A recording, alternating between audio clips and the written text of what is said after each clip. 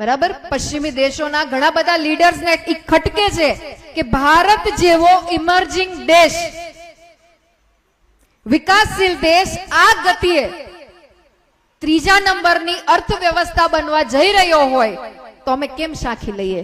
ત્યારે આપણા બધાની જવાબદારી એ આવે છે કે લોકલ ફોર વોકલના કન્સેપ્ટને, સ્વદેશી અભિયાનને જેટલું મજબૂત બનાવશું, ઘરનો પૈસો ઘરમાં રહેશે અને એ પૈસાથી આપણા જ નાના મોટા ઉદ્યોગકારો છે એ મજબૂત બનશે, સશક્ત બનશે.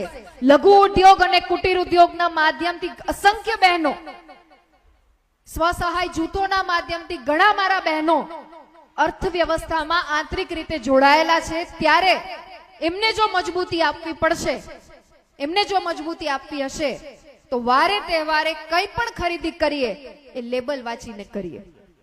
બીજા કોઈ પણ દેશમાંથી બનેલી પ્રોડક્ટ છે, આપણી દેશના અર્થતંત્રને મજબૂત બનાવીએ છીએ એ ચોક્કસપણે યાદ રાખવું.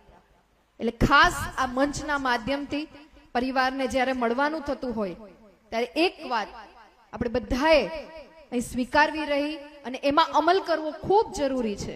જામનગરમાં જ્યાં મુખ્યત્વે ક્ષત્રિય સમાજના વોર્ડમાં પ્રાધાન્યતા છે, 2 નંબર જોઈ લ્યો, 4 નંબર જુઓ, ઘણા બહેનો ઘર ઘરાવ બાંધણી ઉદ્યોગ સાથે સંકળાયેલા છે સાહેબ.